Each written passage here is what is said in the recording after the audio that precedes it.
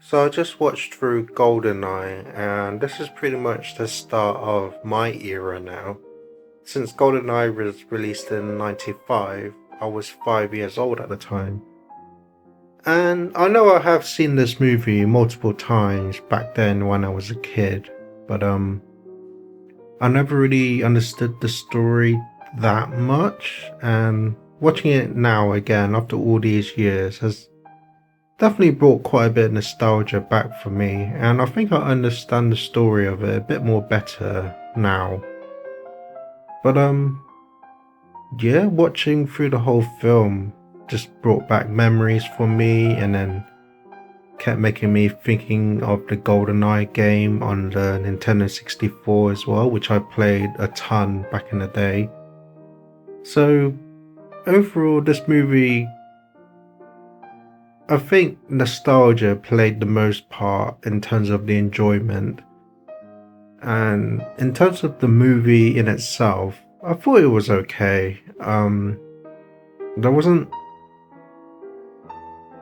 I suppose the villain himself was a bit more interesting this time around, just because not only is he played by Sean Bean, um, one of the actors I quite like, but he's also someone who's close to the Bond character as well. And then his henchman as well had a unique trait to her. So yeah, overall the movie was okay. There was a pretty epic chase scene towards the end of the movie, but overall, yeah, I thought the movie is okay. The music definitely brings memories back for me as well, but all in all, I thought the movie was okay. So I just watched through Tomorrow Never Dies, and this is another Bond movie that I know I've seen when I was a kid, but I don't really remember it that much. I've always remembered the stealth boat and then how the villain is defeated, but that's about it. And watching it now, I thought the movie was okay. It definitely had some pretty epic stunt scenes, and then the chase scene was pretty good, and then some of the action scenes were pretty good as well. And I do like the fact that part of this movie takes place in Asia, so it's quite nice to see that culture. And yeah, I think this is probably the start of the movie where the Bond movies are known to have some silly gadgets, especially with the car that Bond has in this movie. But for me personally, that's how I kind of grew up knowing Bond, really, having really kind of over the top and silly gadgets here and there. So for me it works, but I can see how some people like to have it more serious and more realistic sort of gadgets. But for me personally, the over the top and silly gadgets is kind of what makes it fun, really. But overall, I thought the movie was alright. Since I've been feeling just really low and unmotivated for quite a long time now, I've just kind of got to a point where I'm just getting really sick of always feeling this way, just having no motivation or drive to do anything. Even doing hobbies just feels like a pain and feels like a drag to do for me. So because I'm just tired of feeling like this, I decided to basically look online about antidepressants and things that, doesn't make me feel worse and stuff like that. And I did come upon one of the effects is called emotional blunting, which is basically antidepressants that cause someone to not really feel any emotion or have any enjoyment, even with the things that they usually do. And this is something that I've mentioned many times in my past videos about feeling just no emotion, no drive, even playing games or watching TV like comedies or something. I just don't really have any reactions to it, not really able to laugh or show any emotion really. So I guess there is actually a term for it, and that is emotional blunting. So I've definitely got that effect from the antidepressants. But I also came across, so I was looking like if antidepressants just aren't working, are there any other treatment options? And I came across one called Transcranial magnetic stimulation, which is kind of similar to ECT, which is electrocompulsive therapy, which I have tried in the past. I've mentioned it a few times in my videos. And it's basically, with ECT, they basically put you asleep and then they kind of use this device to kind of send light electric shock waves through your brain, and it's apparently to kind of reset the chemicals like dopamine and stuff and serotonin, I think, in your brain, because those are the chemicals that directly link to feeling depression and stuff. And I've tried ECT. I believe I had about 8 sessions, but no improvement with it. It just caused me to have like some memory issues and stuff like that. But with TMS, it's kind of similar to that, but at the same time it's different because they kind of use magnetic kind of stimulation that kind of wraps around your head, and it kind of resets the chemicals in your brain that way. But the difference is that the patient is awake during it. And apparently I read online that people who've not had any success with antidepressants, about 60% of them found that having TMS has helped them. So I'm just thinking, because I've been on these antidepressants for about, 7-8 years now, and I've just not really had much success or improvement from them. And I've mentioned this to my doctor pretty much every time, and all they do is just change the dosage each time really. I'm just thinking, how come they've never offered me TMS treatment before? And apparently it's still quite a new sort of treatment, and apparently the NHS, although they do offer the service, apparently it's extremely rare and probably very specific locations. So that's probably why my doctors have never offered me the service. But I suppose it would have been nice if they kind of mentioned it to me as an option and maybe kind of, help me find a location to offer it. But I guess this might be something that I'd like to bring up when I see the doctor next, but it's still quite a while, it's still quite a few months away before I see them, so yeah, it's just frustrating really, because I only see the doctor every once 5 or 6 months, so that's twice a year, and it just feels like in between each session just feels such a drag and really long really. And in all that time, I just kind of have to, in a way, suffer alone, I guess. But yeah, reading about TMS has definitely caught my interest, and maybe something I'd like to pursue in treating my mental health, because I'm just really tired of feeling this way. And although I've only been taking the new dosage for about 4 weeks, I think, I've still not really noticed much changes apart from just feeling even lower. So yeah, TMS treatment is definitely something I like to bring up with my doctor the next time I see him. So I just watched through The World Is Not Enough, and this is another one of those Bond movies that I know I've seen as a kid. And I do actually remember quite a few moments from this movie. Like, I remember the villain, the characters, some action scenes. So, and the theme as well. So growing up, whenever I think of James Bond, two themes come to mind. First is Goldfinger, and then the second is The World Is Not Enough. So hearing that song again definitely brought a lot of nostalgia for me, and then watching the movie brought back memories as well.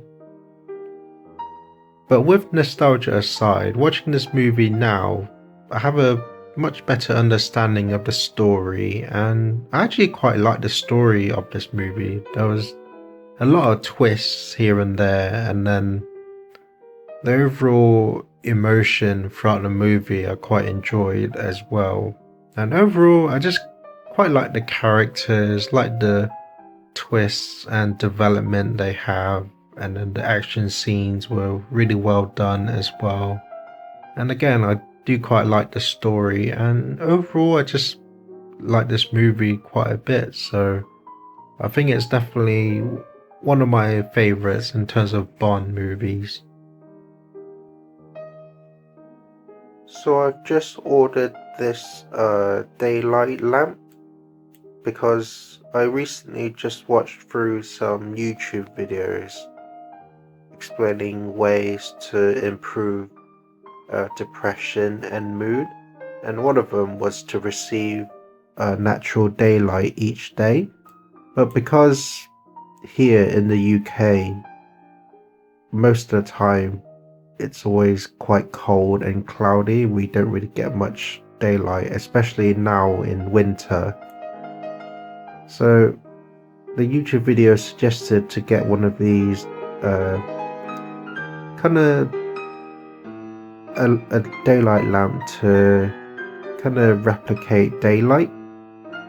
So apparently they say it's recommended to use this lamp about 30 minutes in the morning to just basically expose yourself to it. And apparently it's to help improve your mood. So I've just ordered mine and it should arrive in the next few days. So yeah, I'll update on when it arrives and probably do an unboxing of it, and hopefully it arrives safely. So I just watched through Die Another Day, and this is one of those other Bond movies that I've seen bits here and there when I was younger, but this is the first time I'm aware of actually watching the whole movie entirely.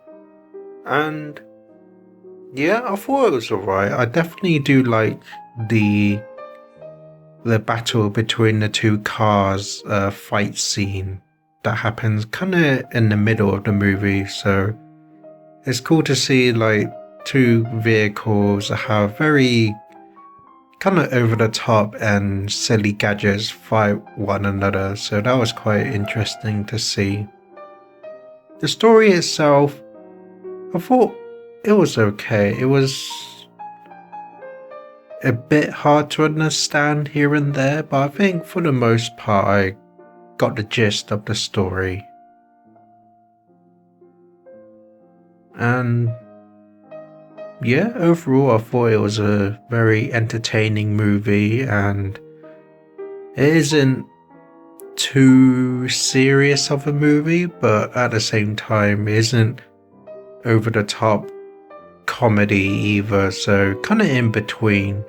So overall I thought the movie was alright. I didn't like it as much as The World Is Not Enough, but overall I thought it was okay. So I just watched through Casino Royale, and I definitely have some thoughts about this movie. So First off, I can tell it's a solid movie. It's a well made and put together movie. But for me personally, I didn't really like it that much just because I suppose after watching all these Bond movies in order and now coming to this movie, the whole atmosphere and feeling of the movie is very different. So, firstly, it's a very serious movie and doesn't really have any comedic moments at all. Only in like one or two scenes it has some very light humor. But I guess I've just kind of like after watching all these Bond movies, I've kind of like gotten used to the Bond character himself. So he's serious, but he definitely has his kind of one-liners and quippy moments, and does sometimes have some comedic moments as well. And the entire feeling of those movies usually have quite a more kind of light-hearted feel, I suppose. But with Casino Royale, I suppose because this movie is kind of Bond's debut movie, so timeline wise, Casino Royale takes place, as far as I'm aware, before all the other movies. So I guess when you put it like that, then the Bond character may not have developed his like quippy one-liners and comedic sort of atmosphere to him. So I guess it makes sense in that regard. But yeah, I just didn't really understand the story too much. Like there was just a lot of it was kind of told through a way that is very cryptic. That's what I felt. So it was really hard to kind of understand who the characters were and what they were doing. And then that kind of brings me to the villain. So the villain, he has a unique feature about him, but he barely got any sort of development to him. Like I didn't really understand what he was really trying to do in the end, I suppose. Just didn't know where he was coming from, why he did the things he did, and just didn't really get that much development. And I suppose when this movie did come out, I can't remember if I did watch through the whole movie, but there were two specific scenes I remember that I've always remembered about this movie. Firstly is the chair scene, and then the second is when Bond jumps into water like a frog. But now watching through the movie properly, as far as I'm aware, the first time, again, I can tell it's a well-made movie, and overall it's probably quite a solid movie. But for me personally, I just didn't really like it that much, which is a shame because I hear that Casino Royale is usually kind of regarded as the best Bond movie, and I don't know, I guess I just always have a habit of liking and disliking things that a lot of people like or don't like, and it's not that I do it on purpose, but I don't know. In the end, I thought it was a well-made movie, but just not quite for me, I suppose. So I just watched through Quantum of Solace, and overall, I didn't really like this movie that much. I'd say I probably like it less than Casino Royale. I think it had some decent action scenes, but I just found the characters really forgettable. Like the villain didn't really have any unique traits or features, and overall just a very forgettable villain, and also someone who I didn't really understand why he was doing the things he was doing. And then some other characters are not that memorable either. And the story itself, I kind of understood it, but at the same time, just for the most part, didn't know what was going on. So I do actually like that it's a direct sequel to Casino Royale. I don't think any of the other Bond movies that I'm aware of were direct sequels. But even then, like, I wasn't huge on the story of Casino Royale, and with Quantum of Solace, just overall just didn't really like it that much. I I can tell it's a well-made movie, but just overall not quite for me, I guess. So I just watched through Skyfall, and this one is definitely my favourite Daniel Craig movie so far, in terms of the Bond movies. So I actually quite like this one because it kind of takes a different angle on the Bond character, just because he is kind of presumed dead, well, killed in action, but then he kind of comes back, and then it kind of gets all personal with the villain as well, because the villain kind of has ties to the agent that Bond works for. And it also kind of goes into a bit more about Bond's backstory as well, which I've not really seen much watching through all these movies in order. So it's nice to finally get some sort of background for the character, and then seeing a iconic car show up again was definitely a very fan service moment in the movie. And then there are also many important plot points that happen, and overall there is quite a bit of emotion throughout the movie. And yeah, overall I quite enjoyed this movie. I definitely liked it a lot more than Casino Royale and Quantum of Solace. So yeah, I think the action scenes were pretty well made. There's some decent action scenes throughout the movie as well.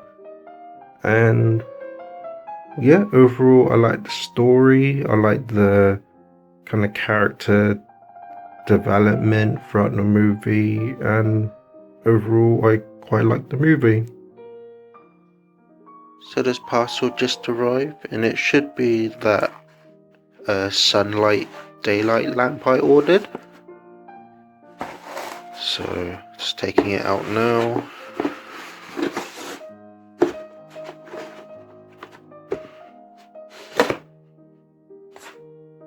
Yep.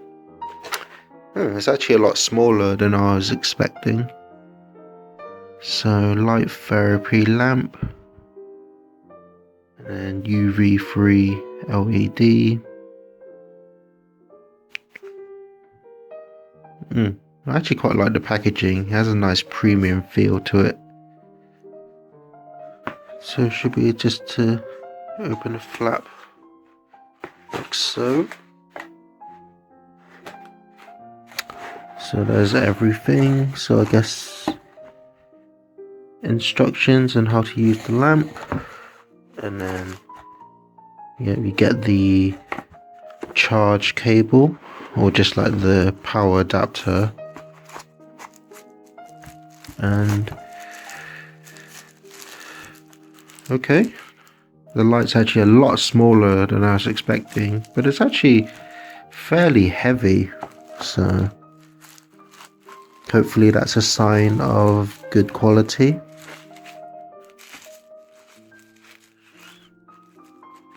Stick it out of the bag.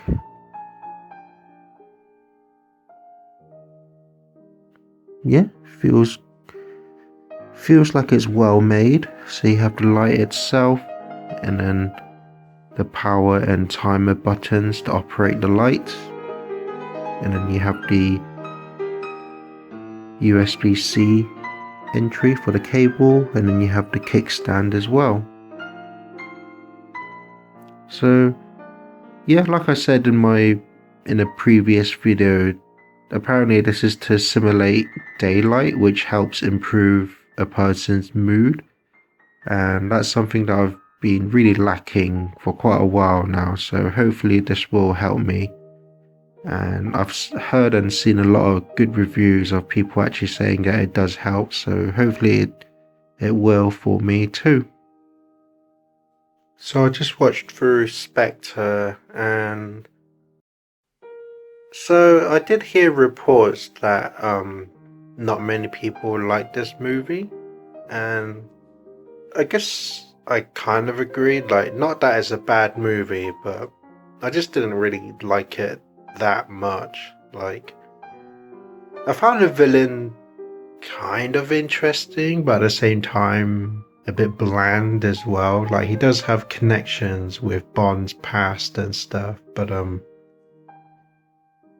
yeah, there wasn't really much. Like, I didn't really enjoy the action scenes that much.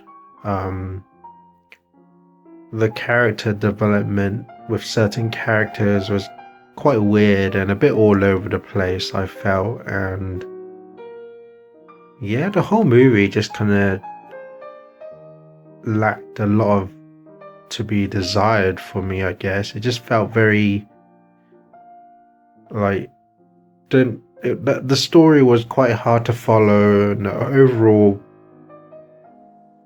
development throughout the characters was just kind of all over the place, really. But yeah, overall I wasn't that keen on this movie. So I just watched through No Time to Die, and this movie was really long. It's just shy under 3 hours, so yeah, it was quite a long movie, but I thought it was okay. Like, it had a pretty good action scene at the start, and then there's a lot of story and kind of character development as well. But the villain themselves, I didn't find